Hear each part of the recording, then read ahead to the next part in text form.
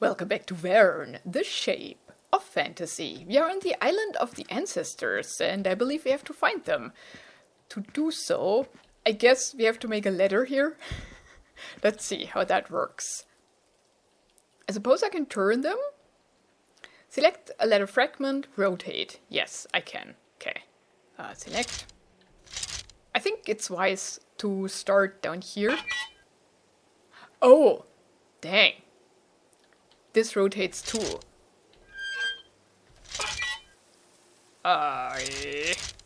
That's unfortunate. Okay. Nope.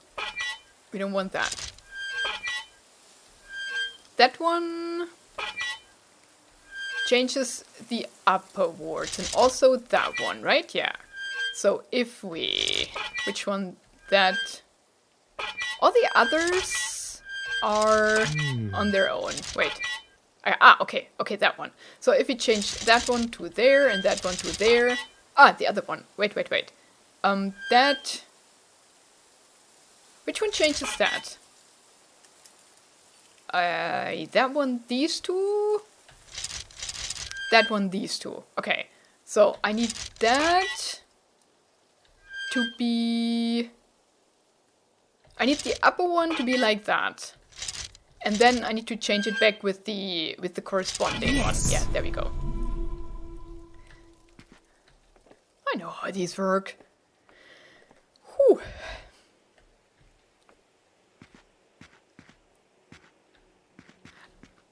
Oh, dang. Yeah, we're not yet on the main island. But look at that. Ooh, it's a whole city. There's a temple down there, and a wall or an aqueduct.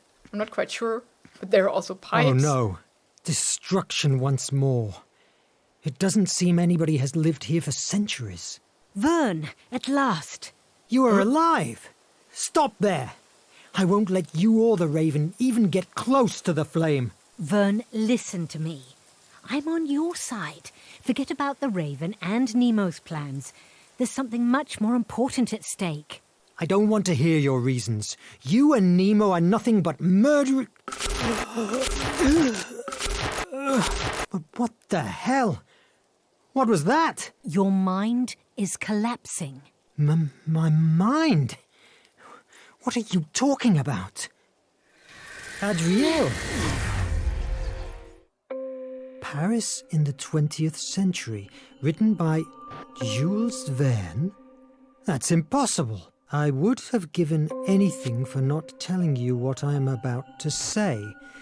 This book is very inferior to 5 weeks in a balloon. If you came to read it within a year, you would agree with me. These words, I've heard them before. To sum it all up, it's a failure. And if 1,000 men told me the opposite, I would tell them to get lost. Nobody will believe today in your prophecies, and nobody will be interested in them. It's signed by Pierre-Jules Hetzel. These are the words of your editor. Now I remember the rejection, the pain. I know, Verne. That same pain is the reason why you have been brought to this world. You were trapped inside your imagination. What? But who are you? I am yourself. But inside this very world you have created. I was called Placia a long time ago. Impossible! What are you talking about? Is this one of Nemo's rigs? My head. We're running out of time. You must listen to me. You are not Jules Verne, the scientist. That's not your real identity. Shut up. Think. Focus. You know you are not from this world. At this very same moment, you are at the Bridge of Ardennes in Paris. You are about to destroy the last book written by you. What feels like 6 months to you in your world has been nothing more than 20 seconds. Unconsciously, when you received Hetzel's rejection, you searched for shelter inside you. Who could blame you? You have such magnificent imagination that you have created a world we know as Hemera. Nevertheless, it was fear, or Phobos. That was the reason that impelled you to hide in Hemera, and you gave him full powers over your mind. He gave you a paradise that you would never want to leave. Since you arrived here, to that idyllic island after the wreck, I have been trying to leave you a trail of breadcrumbs to carefully drive you to the truth. A too straight or too early revelation could destroy your sanity. But I can't afford subtleness anymore. Phobos, through Raven, is about to get his hands on the flame. All things beautiful and extraordinary you have ever imagined will be obliterated and turned into an infinite wasteland. That is insane. If this is a fantasy, why can't I just wake up? Because in order to do it, you need the flame. It's a portal to your world. If Phobos takes control over it, you will be trapped here forever, in your world. You will turn insane, and you don't have much time left. That doesn't make any sense. Where are we? I'm not sure I can take any more jumps. It's one of the main conduits that directly connects with the flame. It will lead us to the Raven himself. We must finish him. Okay. Open the main conduit. Pierre Jules Hetzel, Jules Verne's publisher. Pierre Jules Hetzel was the only editor of Jules Verne, with whom he created the collection of Extraordinary Voyages. He was one of his closest friends, and the writer considered him as a spiritual father. Not in vain, Hetzel was also the editor of important writers of the time such as Balzac, Victor Hugo, or Émile Zola. In 1862, in his office at Rue Jacob in Paris, he received Verne's first novel, 5 Weeks in a Balloon. Very interested in children and young audiences, Hetzel was capable of seeing Verne's enormous talent, not only for adventures but also for the popularization of science, since knowledge was the main weapon of his protagonists. Thus, in January 1863, he published the novel with great success, starting Verne's famous adventures saga. However, in 1864, he rejected the publication of the new novel of the promising Verne, Paris in the 20th Century, considering it too pessimistic. Through a letter to its author, he expressed his rejection and speaks of the poor quality of the story and its lack of interest. The editor knows his audience very well and believes that this novel is too serious and tragic. The rejection is a very hard blow for Verne, but there is no doubt that he takes good note of his editor's advice, since from that moment on, his work adopts a more optimistic and enthusiastic attitude towards the future, which undoubtedly contributed to making him the celebrity he is today. Paris in the 20th century was considered lost. However, in 1989, it was found by Jules Verne, the writer's great-grandson, in Verne's son's safe. When it was finally released in September 1994, it became a bestseller and, to our regret, once again proved what a great science fiction writer he was, for he prophesied a 20th century sadly close to our reality. Reality is not that bad. I mean, maybe now, but it wasn't, until recently. Interesting. I'll wait here. You just wait. I'm looking. Beautiful. Thing is, if we are only trapped in our fantasy, then we can just imagine whatever we like to, right? We don't have to actually follow the story. Right? They act as if our fantasy is something physical that we have to overcome. What do? We make a path, don't we? From here towards here. So let's turn... Wait, connect the pieces to open the door. Select a piece, rotate. RT. That only rotates... Oh, it goes in... it goes in that direction and that. Let's try it that way. I mean, there's only one path, right? Like that. Like that. Then we have a cross to...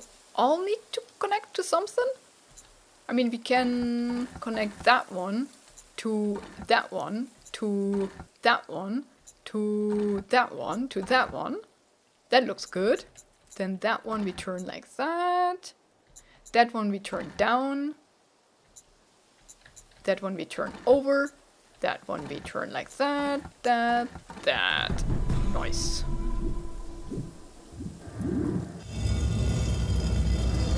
Let's go inside.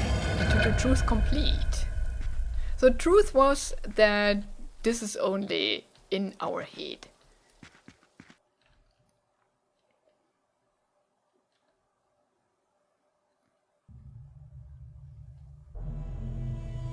Chapter 7, Flame of Hope 2.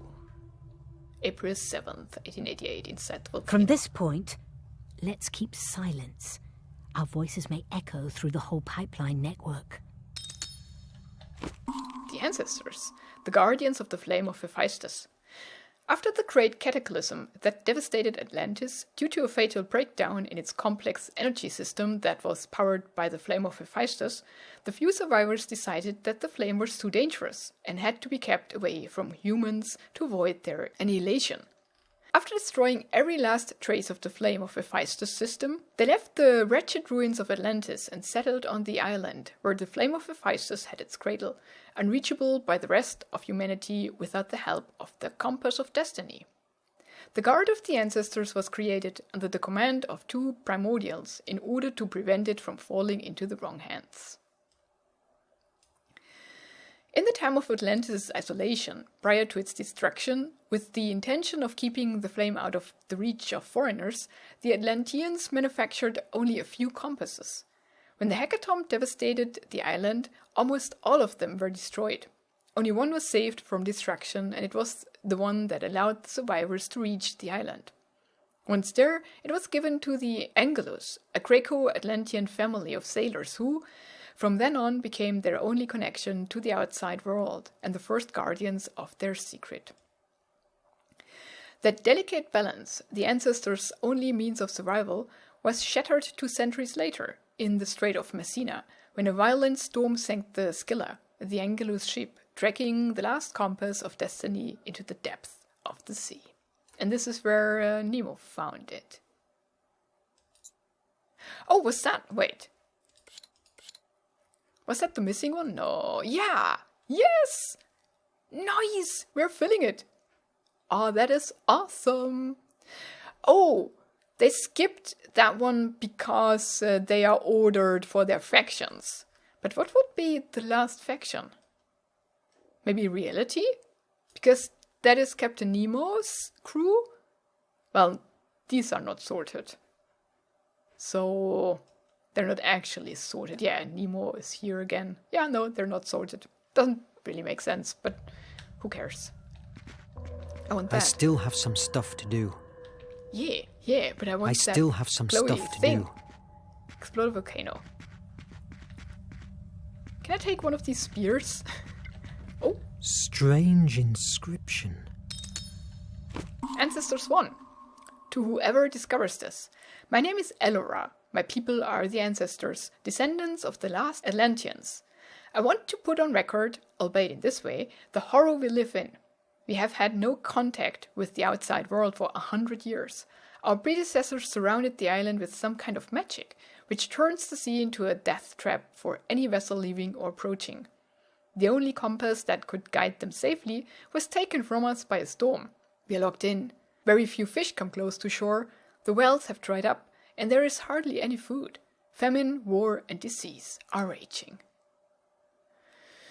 Ugh, that doesn't sound good.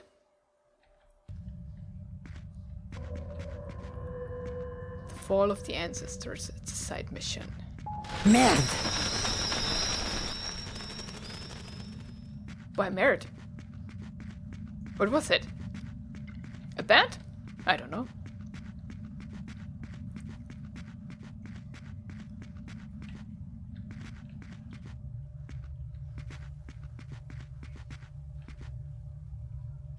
There's something I can't get out of my mind.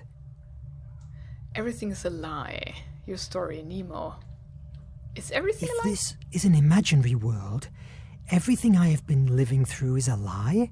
Somehow, this world could be as real as yours. You have a rich imagination. I don't understand how I could have ever created a monster like the nation. We are a reflection of your world, also of its shadows. What's your story? What did I imagine for you? My nature is to inspire mankind to generate progress and changes in the world. But with the passage of centuries, I learned it was better to go unnoticed. What do you mean? In the 14th century, a sultan found out about me and kept me locked inside a tower for 10 years, bearing in mind that I would inspire his armies to create new ways of defeating his enemies. And did you? No. It took a great effort for me, but I averted it for 10 years. Each night I used to tell him a story so interesting that it kept him up all night. So the next morning he wasn't in the mood for work. After 10 years, I put an end to the war. So, you made him dream to forget. That's what we dream for, don't we? What were you doing with Nemo and his crew of fanatics? Did he know your true nature? No. I am what you would call a muse. Years ago, I met young Nemo. I saw his potential and started telling him about Atlantis and everything the sea could offer. So, if you are a muse, did you inspire him to create Project H? No, my brother is also a muse. Anyone who's afraid or is consumed by anger is likely to be influenced by him. I inspired him to create the Nautilus. When I found out that he made it real, I joined him, since it was my chance of releasing the flame. Release the flame? What for? To weaken Phobos, after so many disappointments and fear. My sibling has achieved a great deal of power over Hemera. He also wants it to subdue us all, yourself included. And why didn't you take the flame by yourself in the first place? Without the compass and Nemo's technology, for years the flame has been out of reach for everyone. How did you allow Nemo to carry on with the crimes he has committed? I have struggled for years to keep him away from Phobos' influence, but as my brother gained power, I was losing the captain. All these years, I have repressed so many tears. I must learn to live with those ghosts. Let's keep silent. We're getting closer. We talked for quite a long time. But now question is, if she is a personification, where is Phobos? He must be a personification also. So, will we meet him too? Is he with the Raven? But then, if he is, why did he also inspire Nemo? Right? Where is he?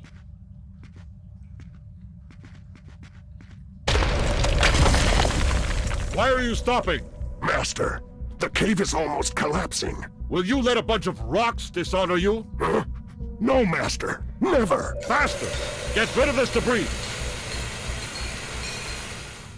Goodness gracious. These must be them. I believe they are at the pipe below. Both of us will make too much noise. Wait here. Phobos must be with him. Be careful. Ah, okay. If you die in this world, you will never return to yours. I will keep it in mind. Be careful too, even if you are a goddess. Find the bloody Raven. I saw the letter. I just want to investigate what's back here.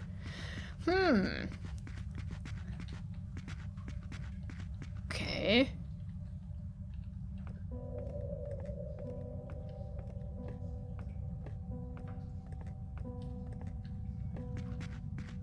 There must be another piece of the story here somewhere. There's a letter. We don't take it. There's another letter. Oh. What's this place? Huh. Cool, it's volcano. Verne and volcanoes. Passion for mysteries. Jules Verne had a great passion, or perhaps a small obsession, with volcanoes, as he used them in many of his major works. For the writer, they were an open door to mystery and adventure, to the discovery of the very origin of the Earth, guarded by an unstoppable force capable of provoking terror and admiration in equal measure. His most famous volcano is the one in Journey to the Center of the Earth, published in 1864, Snøfjellsjökull, located in western Iceland, and which, in the novel, is the gateway to the fantastic subterranean world. I've been there! I've been to Iceland! It's so beautiful. The volcano on Lincoln Island, in his novel The Mysterious Island, published in 1874, plays an important role in the plot, as it hides a cave that holds a great secret. The novel The Golden Volcano, from 1906, was published after his death and finished by his son Michael. The story takes place around a gold mine that, coincidentally, is located in the center of a volcano. In 20,000 Leagues Under the Sea, we find several references to volcanoes, such as Nemo's secret base, built inside a submerged volcano crater. In The Adventures of Captain Hatteras, published in 1866, he speaks of a volcano located at the North Pole. Undoubtedly, Verne was well aware of the power of the image of a volcano and of the fascination that these titans of nature have always aroused in human beings. It says a lot about his vision of the universe that, being as he was an enthusiast of technological progress, the presence of one of the most fearsome forces of nature, capable of wiping out civilizations in the blink of an eye, was so constant. Yeah, volcanoes are great.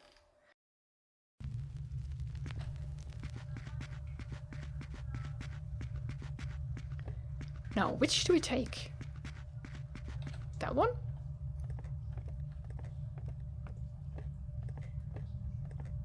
Did it matter? Maybe not. Oh, wait, it did. Wait. Wait.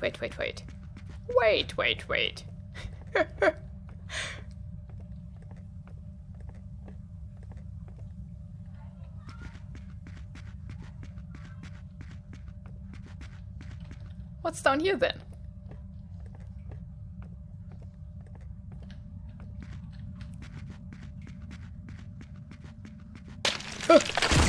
Merde! Okay. We're going up. Ah! Ancestor 3 to whoever discovers this. When I think of our forefathers, of all their deeds and miracles, how sad is it that such a noble lineage is ending like that of some wild animals? I pray to the primordials to have mercy on us. They are our only death. We missed one.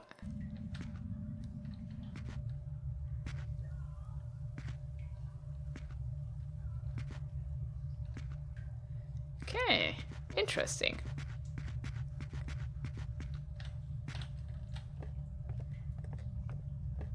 Now, question is, did we miss? There was not only that one, there's also an inscription on the altar, but I suppose that is not important?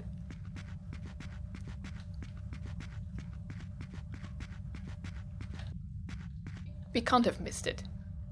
Must be here.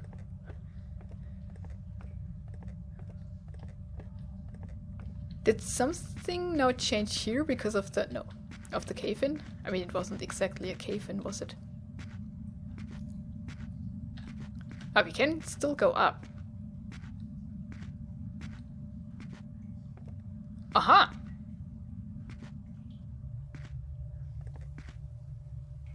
What is that? Nothing. Before we go down, we go up.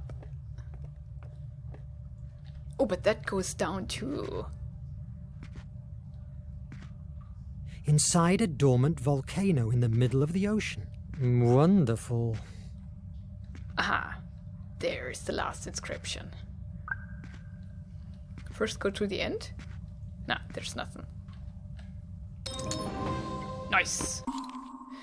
Ancestors the Second. The war between the ancestors of the coast and the ancestors of the mountains that we have been suffering for 2 years came to an end yesterday. Atlas and his mountain followers defeated Xander's men. There was a terrible slaughter. Atlas is now lord of the island. We fear for our lives. He's a violent and vengeful man. Their stupid wars have spoiled this year's harvest. I do not know what will happen. I fear for our future.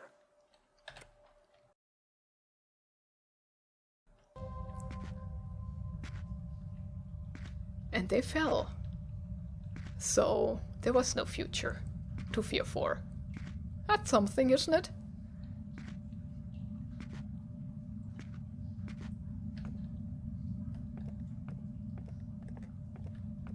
Okay, down we go. What are we missing still? Ah, right. Do we have... two biases. Okay. But everything else has been collected. Yup. No more log, no more collectibles, only 2 biases.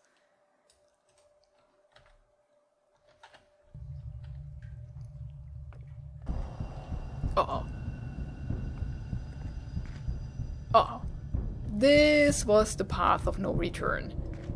And we need to beware. Okay. Are we hidden? Yes, we are. I guess we need to go down? Let's follow this guy for... Oops! Oh, there are 2 downs. In that case, and as we do have a save game, I check on the... Oh! I don't check on that box. I think... he turned. Oh gosh, but now the other one is coming. Go there. Yeah, we have to check out... Oops! Which path we'll need to go. But I wanted to say, I'm not going to do that in this episode. We will find out a way into the heart of the volcano in the next episode.